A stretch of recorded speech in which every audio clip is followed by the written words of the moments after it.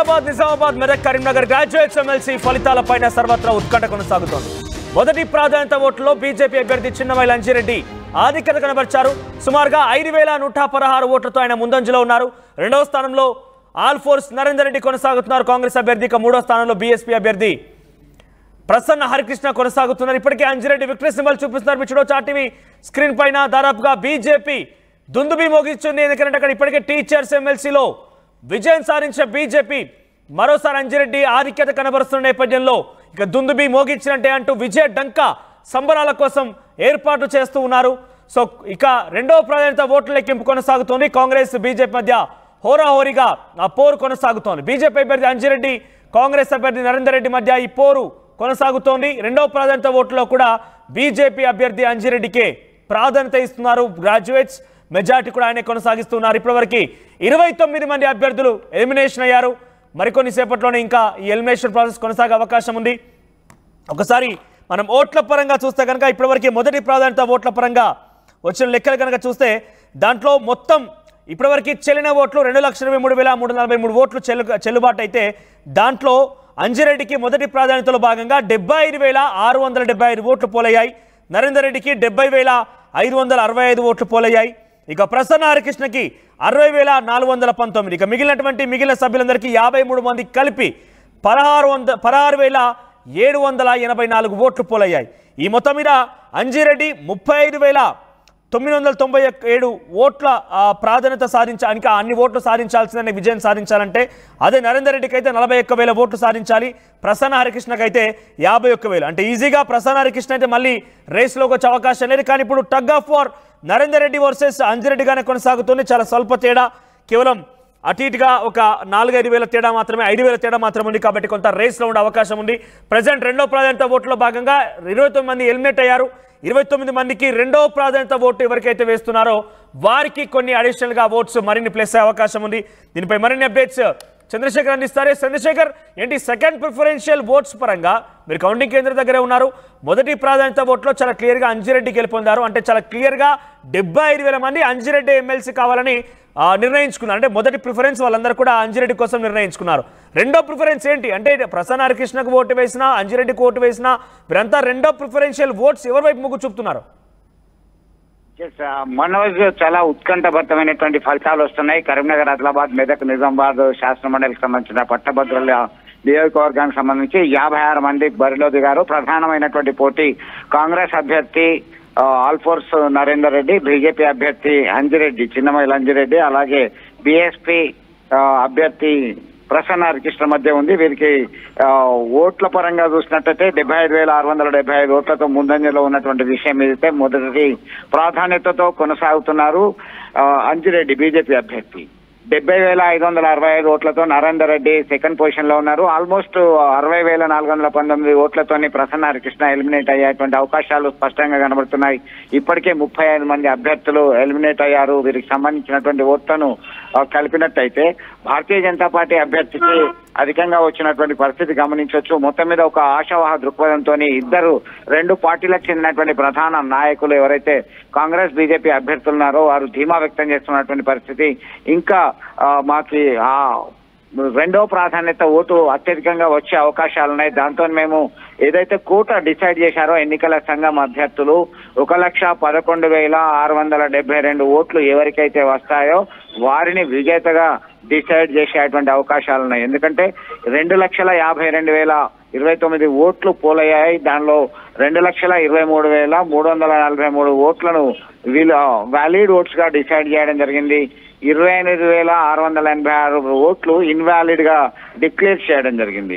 అంటే మిగిలినటువంటి ఈ ఓట్ల లోపల 2,23,343 ఓట్ల లోపల సగం కంటే ఒకటి ఎక్కువ రాని పక్షంలో జనరల్ గా అయితే రావాలి కట్ ఆఫ్ 1,16,672. దీనిలో పోటాపోటీగా నువ్వా నేనా అన్నట్టు కుర్చీ పరుగు అయితే కొనసాగుతుంది. ఈ 5,000 ఓట్ల మార్జిన్ లో ఉన్నాడు కాబట్టి బీజేపీ అభ్యర్థి మన అంజిరెడ్డికి అధిక అవకాశాలు ఉన్నాయని చెప్పి రాజకీయ విశ్లేషకులు అభిప్రాయం వ్యక్తం చేస్తున్నారు.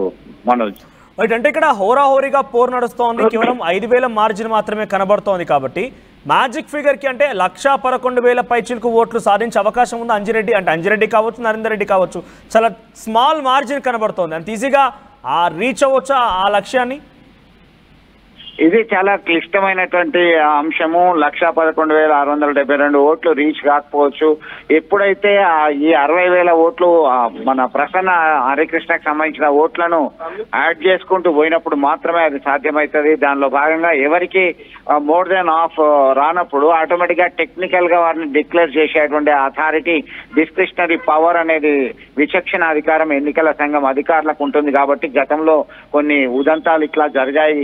దాన్ని బేస్ చేసుకొని డిక్లేర్ చేసేటువంటి అవకాశాలు ఉన్నాయనేటువంటి చర్చ జోరుగా కొనసాగుతున్నటువంటి పరిస్థితి గమనించవచ్చు. మొత్తం మీద ఈ ఎన్నికల అంశానికి సంబంధించి చాలా హోరాహోరీగా పోటీ పడ్డారు ముగ్గురు అభ్యర్థులు, 3 పార్టీలకు చెందినటువంటి విషయంగా మనం గమనించవచ్చు. సెకండ్ ప్రిఫరెన్షియల్ ఓట్స్ పైన అప్పుడు కాంగ్రెస్ ప్రసన్న హరికృష్ణ కూడా చాలా పెద్ద మొత్తంలో ధీమా వ్యక్తం చేశారు. అంజిరెడ్డికి మొదటి ప్రాధాన్యతలో మెజారిటీ వచ్చినా సెకండ్ ప్రిఫరెన్షియల్ వచ్చేసరికి మొత్తం తారుమారు అవుతుందని ఎక్స్పెక్ట్ చేశారు. ఇప్పుడు ఆ ఎక్స్పెక్టేషన్స్ ఉన్నాయా? ఇంకా ఆ రకంగా ధీమా వ్యక్తం చేస్తున్నారా? ప్రసన్న హరికృష్ణకి బీఎస్పీ వాదం కావచ్చు, బీఆర్ఎస్ మద్దతు కావచ్చు, దానిలో ఫస్ట్ ప్రయారిటీ వేసినటువంటి ఓటర్లు అత్యధికంగా బీజేపీ అభ్యర్థికి వేస్తారనేటువంటి విశ్వాసాన్ని జోరగొన్నారు. అందుకే ఖచ్చితంగా తనకి 2వ ప్రాధాన్యత వస్తుందని అంజిరెడ్డి భావిస్తున్నటువంటి పరిస్థితి బీజేపీ శ్రేణులు సైతం భావిస్తున్నారు. ఎందుకంటే బీఆర్ఎస్ నేతలు ప్రధానంగా మీరు మొదటి ప్రాధాన్యత ప్రసన్నకి వేయండి అని ఇంటర్నల్ గా వారు ఆదేశాలు జారీ చేశారు. బీసీ నినాదము ఇటు బీఎస్పీ అభ్యర్థి పక్షాన బీసీ సంఘాలు పోరాటం చేశాయి, గ్రౌండ్ లెవెల్లో వర్క్ చేశాయి. అయితే ఈ ప్రసన్న హరికృష్ణకి వేసినటువంటి ప్రథమ ఓటు రెండవ ప్రాధాన్యత ఎవరికి వచ్చింది అనేటువంటి దాన్ని విశ్లేషించుకుంటే ప్రసన్న హరికృష్ణ, వారి టీము, బీఎస్పీ అందరూ కాంగ్రెస్ అభ్యర్థి నరేందర్ రెడ్డిని టార్గెట్ చేయడం జరిగింది. ఆయన విద్యా సంస్థల అంశం కావచ్చు, వ్యక్తిగత విషయాలు కావచ్చు, కాంగ్రెస్ పార్టీ యొక్క ఫెయిల్యూర్ కావచ్చు, ఇవన్నీ అంశాలను క్రోడీకరించినట్లయితే టార్గెట్ న్యాచురల్లీ కాంగ్రెస్ అభ్యర్థి అయినప్పుడు first priority goes to Prasanna Harikrishna, second priority goes to BJP అనేటువంటి నినాదంతో ముందుకు వచ్చినటువంటి నేపథ్యాన్ని ఒకసారి అనలైజ్ చేయాల్సినటువంటి అవసరం ఉంది. కాబట్టి అత్యంత ధీమాతోని భారతీయ జనతా పార్టీ నేతలు, కార్యకర్తలు అయితే ఉన్నటువంటి పరిస్థితి. మరొక అంశం ఏంటంటే ఒకవేళ ఇక్కడ లోకల్ వ్యక్తి మనం ప్రసన్న హరికృష్ణకి వేస్తే కాంగ్రెస్ కి సెకండ్ ప్రయారిటీ వేద్దామనేటువంటి ఆలోచన ఏమైనా ఉంటే ఇది రిజల్ట్ తారుమారు చేసేటువంటి అవకాశాలు ఉన్నాయని ఒక 10% హోప్స్ పెట్టుకున్నటువంటి పరిస్థితి మాత్రం కాంగ్రెస్ ధీమా ఏంటి? కాంగ్రెస్ ఇంకా కూడా ధీమాతో ఉందా? సెకండ్ ప్రిఫరెన్షియల్ ఓట్స్ లో తమకు ఏమాత్రమైనా అటు ఇటు కాబోతే అని ధీమాతో ఉన్నారా వారంతా? ఖచ్చితంగా ఇక్కడ ఉన్నటువంటి పోల్ మేనేజ్మెంట్ లో మేము చేశాము. బీసీ నినాదం వాళ్ళకి పనిచేసింది. అందుకే అత్యధిక ఓట్లు కొద్ది రోజుల్లోనే ఆయన గెయిన్ అయ్యారు బీఎస్పీ అభ్యర్థి. ఫస్ట్ ప్రయారిటీ ఓటు అక్కడికి వెళ్ళినా కానీ సెకండ్ ప్రయారిటీ విద్యార్థులు, విద్యా సంస్థలలో పనిచేసే సిబ్బంది, మా పేరెంట్స్ అందరూ లోకల్లో ఉన్నటువంటి వాళ్ళు మాకు వేసేటువంటి అవకాశాలు ఉన్నాయనేటువంటి ధీమా ఒకవైపు ఉంది. ముస్తాక్ అలీ అహ్మద్ అనేటువంటి స్థానిక అడ్వకేట్ మైనార్టీ నుంచి పోటీ చేశారు. ఆయనకి 2,800 ఓట్లు ఫస్ట్ ప్రయారిటీ వచ్చాయి. సెకండ్ ప్రయారిటీ ఇంకా వేస్తే కాంగ్రెస్ అభ్యర్థి నరేందర్ రెడ్డికి వేస్తాడనేటువంటి అంశం ఒకటి.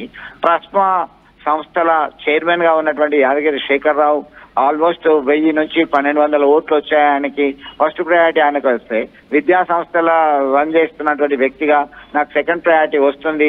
ఓవరాల్ గా లిటిల్ బిట్ డిఫరెన్స్ మాత్రమే ఉంది కాంగ్రెస్ బీజేపీకి మధ్య. 5,510 పెద్ద తేడాలు ఏం లేదు అని చెప్పేసి కాంగ్రెస్ పార్టీకి చెందినటువంటి శ్రేణులు, కార్యకర్తలు ఇంకా ఆశాభావంతో ముందుకున్నటువంటి పరిస్థితి. అయితే లోపల ఉన్నటువంటి ఇంటర్నల్ సమాచారం అయితే అట్లా లేదు.